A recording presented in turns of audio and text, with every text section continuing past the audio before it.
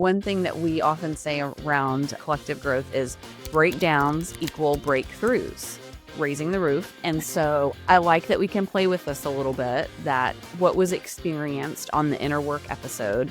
And I do the initial recording, and then Karen has taken a listen at it, and you're going to remind me of stuff that I forgot I even said. And things your guests said that I thought were fabulous. Our bodies, they are responding to us on this journey, but they're also leading us on this journey. And the more we wear our bodies down, and she spoke to this, type A behavior, the more we test them and break them down, wear them down, the more we have to be sensitive to what they're then expressing to us. 100%. And depending on the circles in which you move, there's such a normalcy to abusing your body or this badge of honor and denying it what it needs in order for you to be really, truly healthy at the holistic level. Hello and welcome to The Breakdown. MaryAnn and Karen are here to break down episodes of inner work. And we love this title or concept of breakdown because Karen, hi. Hi. So are you to break it down with you? So excited to break it down. And one thing that we often say around collective growth is breakdowns equal breakthroughs. Yes, raising the roof. And so I like that we can play with this a little bit, that what was experienced on the inner work episode. And I do the initial recording, and then Karen has taken a listen at it, and you're going to remind me of stuff that I forgot I even said. Right. And things your guests said that I thought were fabulous and just so Better things things. for me as a listener. So I'm so excited to talk to you about them. Yes. So we're going to start with the episode with Julie Kennedy, right? Yes. Okay. So hit me with kind of what jumped out at you around that episode. And she is just a wonderful human, isn't she? She's a wonderful human. I listen to your podcast and I just want to be best friends with everyone. I want to hang out with Dr. Julie. Yeah. But there were so many things that resonated for me that jumped out at me. One of the first things, her experience of going into this place of running her own business and talking about this idea of you're hiring experts and then you're letting them leverage that expertise and fly. So powerful. And it made me think of a few times in my career in talking with leaders about this very topic of you brought somebody in to do something specific. You brought them in to reach a goal. You maybe brought them in to disrupt.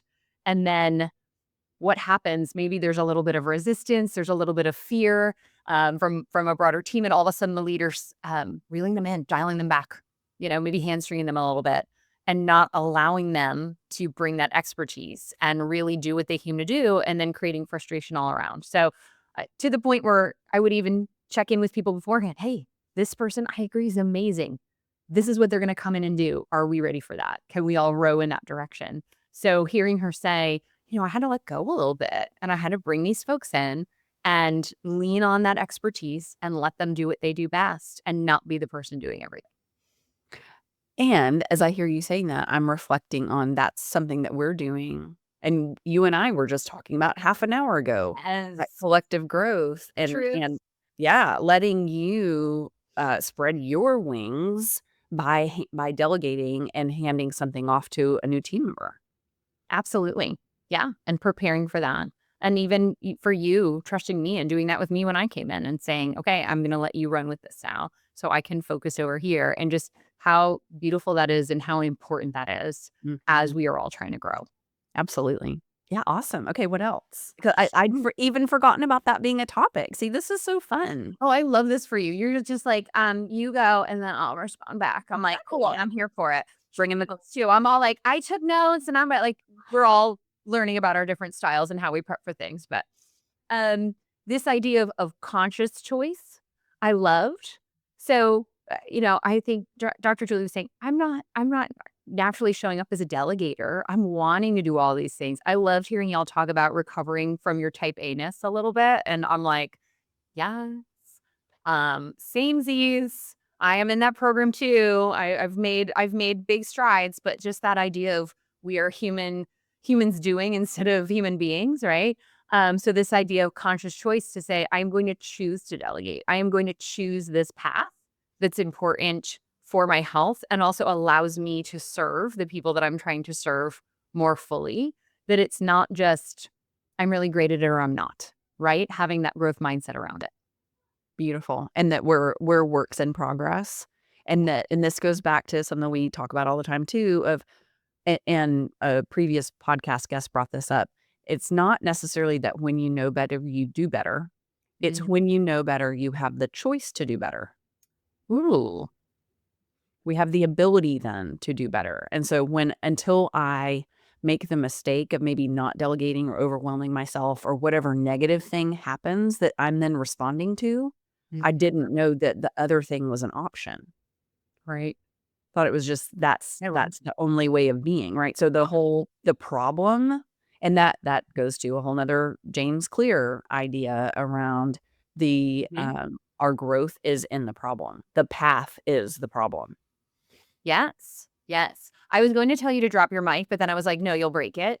But that's just what I was feeling in that moment when it was like, oh, you don't just know better and do better. Wouldn't it be great if we just knew better and then did better? No, we have to go through it. We have to work through it. And I think that was a big part of what you were talking about in that conversation is, we got to go through it to heal it, right? Mhm. We got a deal to heal. Well, so I knew we were gonna be chatting about this, so I was like, "Okay, let me refresh," and that was the standout moment for me in Julie's episode was the book that she read to her daughter, not be you can't go around the forest, under the forest, over the forest, you have to go through it, Yes. and we were talking about this earlier, we have to feel and process whatever's happening for us in order to make a different choice on the other side or whatever in order to heal. And that imagery, and I think what was so profound to me as I reflected on it is, to me, how God brings those things up to us and makes that experience of reading that book was so meaningful. But it remains meaningful because so many of the things that we learn and the experiences that we have, and this goes back to the meta conversation we were having 15 minutes ago, Right. are not just about this moment. Mhm. They're about all the moments, Yeah. and they're about our habits and our way of being, if there's an area that we're wanting to grow through, it probably expresses itself in many different ways in our lives. And Yes. that she was sharing that about the book, just it felt I felt grace in that moment around, life and the universe and God being a teacher for us that is so, at times, bonking us over the head and at times really gentle and sweet and kind and allowing us to have those kinds of realizations. And so special. I love the imagery. Love the imagery as well as just I'm gonna show you this message through a children's story, and then that's when it's gonna resonate for you. So that was beautiful. And also the experience of this message, I don't want to say finally, but resonating for her, connecting for her in this moment with her child. Like, how beautiful. Just this Yeah. idea of, I mean, gosh, they really are our best teachers, right? And we're learning through them, we're learning with them. So just that sharing that moment of having that realization while you're in relationship. And are you gonna cry? Because you might, I might. right? On the earlier of our gosh, like the tear count, like how many times will we Exactly. cry during this? Oh, like, are we gonna cry right now? We might. As We'll see. many as possible. Yes, things that we're here for: crying, dancing, random singing out of nowhere. Absolutely. All of the things. All So, of yeah. it. Yeah. Oh, But you've already brought up a couple of things, from that conversation, and that's one of the interesting things about the podcast too, is, we start out with a premise of kinda here's the flow of the conversation and what we're gonna walk through together, and that may or may not happen because we want the conversation to go right. where it needs to go. Yeah. And then there are so many, like, we could probably have this episode, our conversation right here, on 5 minutes of Julie's episode. Because if we really wanted to drill down into some of these concepts and how they impact us, in the moment and then globally across our lives, There's just so much meaning and so much richness in these topics. How much time do you have? Let's get snacks. We're doing it. Exactly. I need a snack, actually. I did. I brought my snack just in case. Oh, sponsored by no. Right? Exactly. I need to hit up IQ Bar and let them know that we order these by the box and they are stocked up in the collective growth office. That's right. Make a call. Let them know. Yeah. I have a question for you. Yeah. Just because I enjoyed this so much and I want the behind the scenes. You got to give me the inside scoop here. I very much loved the whole section around trust your gut. Mm-hmm. And with Dr. Julie being a functional medical doctor, I was like, okay, so did you guys plan that? Was that planned? Like, was that like a cute, like, we're going to say trust your gut and applies on so many levels? Cause I was like, I love it. It was fabulous. No, but I think that, again, that's meaning of Right. And I went to her. I don't remember if I said this in the episode. I went to her for help with my gut. Mm-hmm. And we did a leaky gut repair, and I take, I don't know how many supplements does she have me on, but I have Optimum Health, right? All of them, because you are optimized. Yes, I'm optimized. I'm the best I'm ever gonna be. But yeah, and I think even more profound when we think about the gut being the second brain. Right. Oh, that's totally where my head was going. I'm like, I'm a firm believer. The gut is the second brain. Like, yes, we could do a whole conversation just on nutrition, but just all of that tying together. And it's like, trust your gut and, trust your gut, your intuition. Where does all of that sit together? How does all of that connect? Yep. And the wisdom and then extrapolate that out into the wisdom of our bodies. And the body keeps the score, and so much that we have to learn from our bodies. And that, to me, was one of the bigger themes of the conversation with Julie, is our bodies, they are responding to us on this journey, but they're also leading us on this journey. And the more we wear our bodies down, and she spoke to this, type A behavior. Yeah. The more we test them and break them down, wear them down, the more we have to be sensitive to what they're then expressing to us. Mm-hmm. And many of us that push hard and drive hard and may feel like we are excellent at stress management because we just muscle through it, find our bodies biting us in the butt later on. It's all out right now. Right? With things like, 100%. And depending on the circles in which you move, there's such a normalcy to abusing your body or this badge of honor in denying it what it needs in order for you to be really truly healthy at the holistic level. That it perpetuates those behaviors. So I think I spoke about that previously. Like, that was part of my leaving, the New York area and saying, I think I need to be somewhere where I'm not surrounded by people that are driving like I'm driving, because I am not feeling good about what this is going to do for me in the long term. And I need to really heal from this. I need to not be surrounded by it. And I need to kind of figure out what I want that to look like and how I'm going to, what is self-care, which sounds, I hate saying self-care because it sounds like extracurricular almost, but it's not, right? It should be foundational, right? But what does it look like to mind, body, spirit to make sure all things are in balance? Yeah. Which then allows me to perform at my best, right? And work at home, however we're looking at it.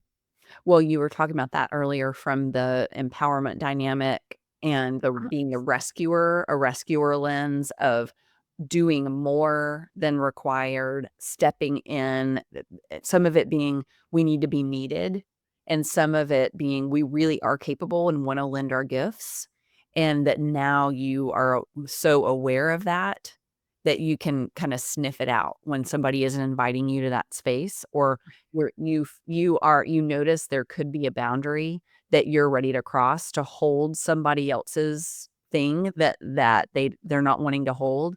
And it's that same, like, if I step out of this, if I choose to remove myself from it, then I recognize it immediately before I step in. If it was that really conscious choice, which goes back to conscious choice. conscious choice. Well, and I was going to say such a two thing too, right? Like from an Enneagram perspective of, Mhm. it's the, I want to help and rescue everybody, but also it's like, look at me, pick me. It's that value, that validation thing and recovery from that of just Mhm. this idea of I need to take care of everybody in order to have value, hold space, et cetera. So, Yep. Yep. yeah. And that reminds me too of how we often respond to a situation that we need to rid ourselves of by getting angry first, which and twos that I've experienced are on a Mhm. path of healing, connect to their anger in a way, which of course they show up as eights often, right? But is that just a part of the process of healing that we get angry first, and the anger is what helps us begin to make the change, because feeling that anger is so exhausting. It starts to tip us off to there's something to be dealt with here. Yeah. Yeah. And so for those of us that tend toward, because I think victimhood and rescuing, it's like if victim is this end and then persecutor is this end. Mhm. So those are the binaries of passive versus aggression. Mhm. And rescuer is kind of in the middle, right? Or that's how I'm thinking about it. Kinda like flowing between. Yeah, like I there do this more the because I like passive that. I'm aggressive. enjoying that. It's passive aggressive, right? It's an Right. aggression that is more passive or more palatable, Mm. however it might be. And so it's hard, it's deceptive, I think, to the rescuer and to everybody else. And so one of the ways that we can start, if we tend to be more passive, so on that scale, is through feeling something really uncomfortable for us, which is the anger. Right. And for the persecutor to shift on the scale is through curiosity Mhm. and through gentleness Yeah. instead. Hey, noticers, if you're dreaming of glowing, healthy skin, you must try Hana Azul Korean skincare. Myung Chong has been transforming skin for 27 years with facials so good, they create the Hana Azul glow. I've been going to her med spa for years, and my skin looks better than ever. Her products use medical-grade ingredients that truly nourish your skin and keep it radiant. Visit hennaazul.com to explore her amazing products and services. That's HANNAISUL.com. Now go get your glow.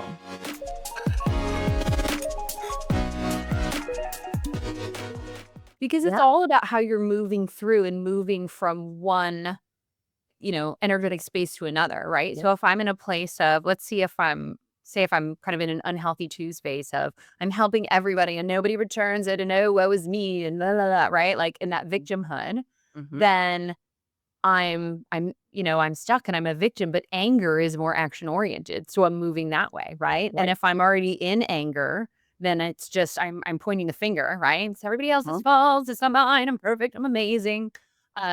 And if I can move into which Marion, you're like, "Oh, obviously you are. You're not the problem. But if I can move into a space of, well, let me take a step back from that. And what else might be true? What else might be going Yes. on here? Then I'm moving more into that solutioning space. So it's just Right. wherever you're at, how are you stepping through the process to ultimately maybe get to more solutioning? Yeah. And pulling on the thing, and was working with a team on this last week, often our way of being, practicing more mobility in that. So if we feel stuck in it, to get mobile in it might be pretending or practicing to do the opposite thing. So, and it doesn't mean that you take, it's not like I go on a rampage and I'm raging at everybody, but I notice the anger. And so I say, what is the anger telling me? And how can I use that differently than I might have in the past, instead of shaming myself for feeling angry? Mm. And Why might we shame ourselves for feeling angry? why might we? Yeah. Oh, if we're pleasers. That's one like definitely like, oh, that's a whole other conversation. Oh yeah, Love absolutely. it. And you shouldn't feel that way, right? Right. Which we never want to be shoulding on ourselves. But the how much emotion we have that is considered off limits Right. for us, and that may have been a helpful way of being growing up, that emotion was not gonna serve us in whatever situation we were in, but we extrapolated that to our whole lives, that you should never feel that way, right? And it might just be the process of maturing that allows us to start to question some of those things and think about some of those things differently, and that points to I asked Julie this, and I'm not sure if she understood what I was saying because I probably wasn't very clear. Well, let's But see if I understand. Hear okay, it. so yes, and you may remember this part. Do we have to basically develop neuroses? Do we have to have breakdowns in our lives? Do we have to go to extremes in order to peel back the layers and recover? And that's part of life, and there's no other way? Or can we grow up with healthy limits and full experience of life and of emotions and develop from the beginning in a healthy way? I so desperately wanted the answer as a parent, right? Like, tell me what I need to do. I loved that. I mean, I think that was very profound to say, do we have to walk this experience? Because what I loved about Julie is, she's that classic, your mess becomes your message, right? She experienced these things and then she tied that into how she's going to serve others. And I know I do that. And that's a big part of what I do as a coach, and kind of what was the coach I wanted to have at that time, right? What would they have done? So just this idea of, do we need to have mess to have message? Do we need to have the tougher experience to appreciate, the better way? Or can we just skip that part? And how might we create these wonderful, beautiful, resilient human beings that just always have a growth mindset and, like they can just skip it all? How do we, and is that a possibility? I would love Might we do that as parents? So, when you figure that out, please share. absolutely. We'll write a book. I will be here for it. Oh, yeah, that sounds like a good idea. We will podcast, we'll write a book about it. Wonderful question, wonderful question. I also one of the other things that I appreciated, and I love how we were using gut on, like, multiple levels, but this idea as in the healthcare space and just in generally speaking, because I've seen this in coaching as well, how we for whatever reason, whatever experiences, we don't trust our intuition, whether it's related to our physical health, whether it's related to decisions that we should make, and that we kind of lose this ability to feel like we can trust what we're feeling and to step into empowerment, almost to the place where we're wanting to let it go, right? And whether it's health related, and I loved you talking about, like, I almost didn't want her to, ask me what I was thinking, just tell me what to do, right? But whether it's your health or, I've talked about it a lot from a career perspective of, like, just tell me what my aptitude is. Just tell me what I should do. Tell me what I'm qualified for, versus feeling empowered to say, this is what I'm doing, feeling whatever, and being part of deciding what happens next. Absolutely. And how much of that comes back to our own confidence and sense of self-worth? Yeah. Because I think back to those times that I was unsure of what the next step was, and Yes. somebody would say, "Well, what would you do if you weren't paid for it?" And I would have an answer to that, but that answer was, in my mind, so dumb. It wasn't even valid or valuable. And so was that a lack of confidence? Was that believing I wasn't worthy of that? Was that and so having come from I've got a lot of power to bring to the world, and now I know I wanna be bigger and stronger because then my impact can be more. But there was a time where not that long ago, where I doubted all of that, and it Yeah. kept me small. And so is that a blessing that it's a place to grow from? And again, along the developmental path, how do we develop that confidence in our kids that they feel like there is a place for them? There's a platform for them to grow in the world, and the Yes. world needs their contributions. Yes. And then we all bring different things, right? That we all have different skills, that we all have different, all of our lights are different, but they all shine brightly. And then how do we leverage that? I'm still cracking up from that. I just want to know what your answer would have been to, like, what would you do if you weren't getting paid for it? I think, like, we need to retire that question. 'Cause I'm like, is professional karaoke enthusiasts, like, is that sustainable for my mortgage? Yeah. You know what I mean? Like, so I just, Yeah. like, I appreciate the spirit of it, but just Right. But so here's the thing. Here's where maybe it's just my brain where I'm like, that doesn't get me where I need to go. totally. And so look up to your left. So Karen's sitting Oh, in the collective growth office right now. Karen's sitting at my desk. Look I know. up I'm to totally your stealing her left. spot right now, looking at all the photos. What am I Look up looking at? to, behind you, up to your left, and there's a little thing up on the top right of those shelves. And what does it say? Okay, let's see if I read the right thing. What would you attempt to do if you knew you could not fail?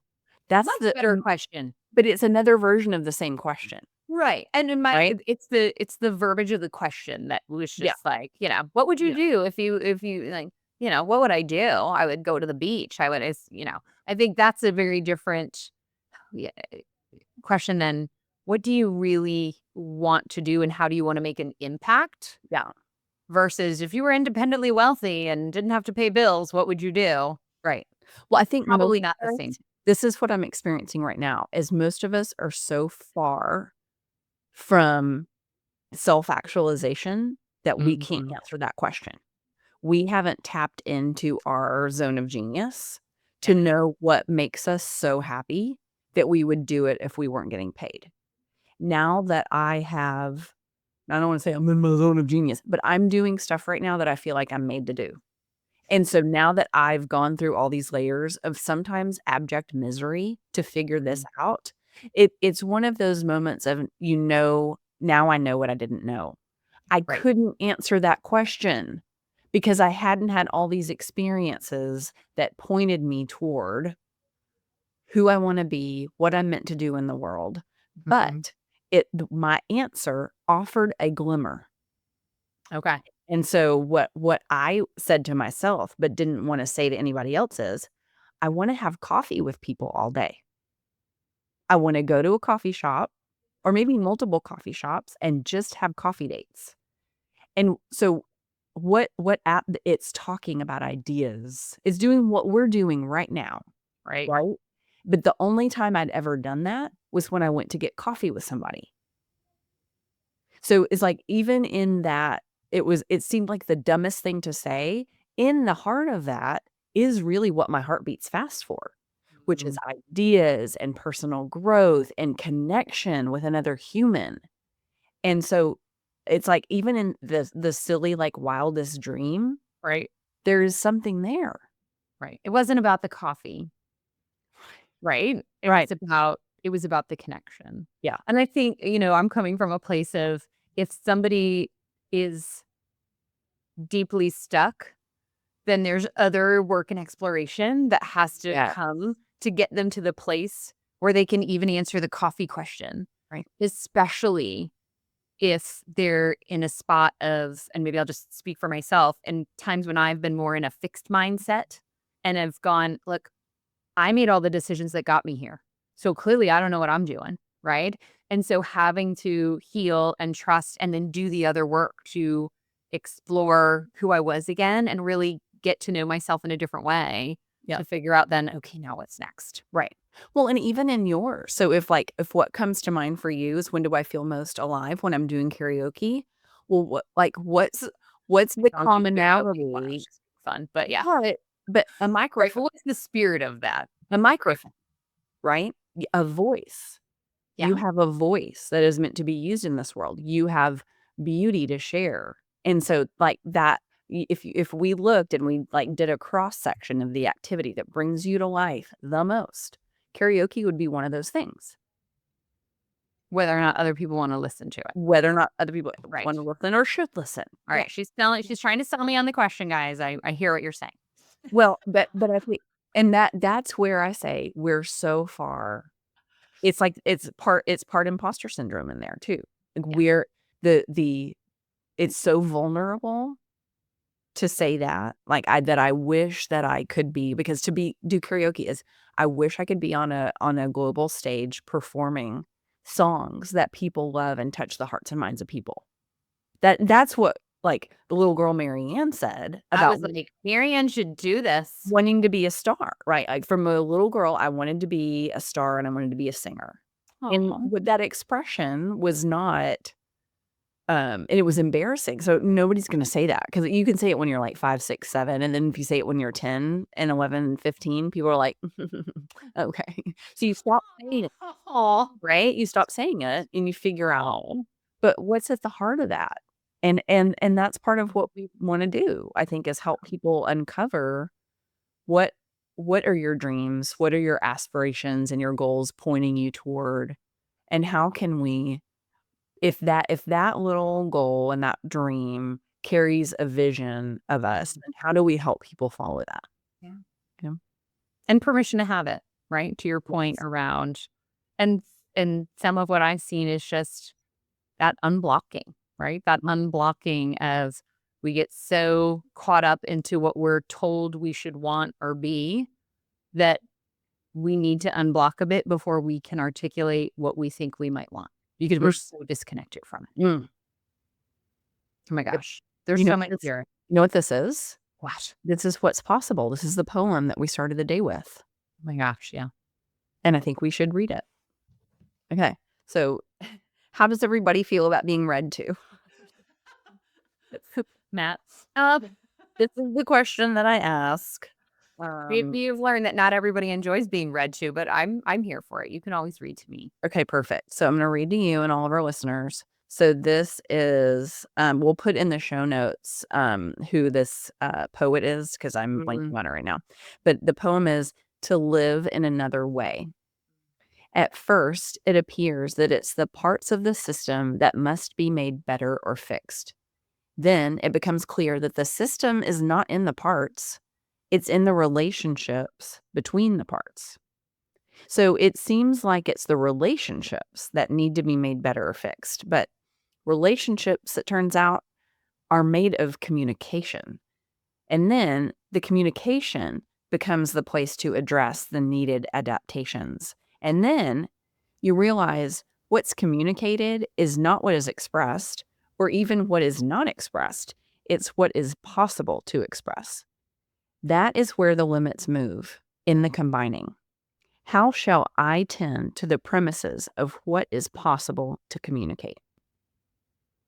So that is from a book called Combining, and I'll fill in everybody on who the author is there. But I love it. We're talking about possibilities. Yes. And openness to them. I love it. Openness to them. Yes. And the deconstruction that we have to do in order to create that. So it's rich. Okay. So this was the breakdown, everybody. Woohoo. Are we dancing? No. Every time she says breakdown, I'm like, we need to break. Next time we might just open up with breakdown and clue everybody in on that. Yes, we're gonna break it down. Karen, thank you. So this was Julie Kennedy's episode, and so we'll meet next for another breakdown. See you soon, everybody. Bye, everybody. Bye.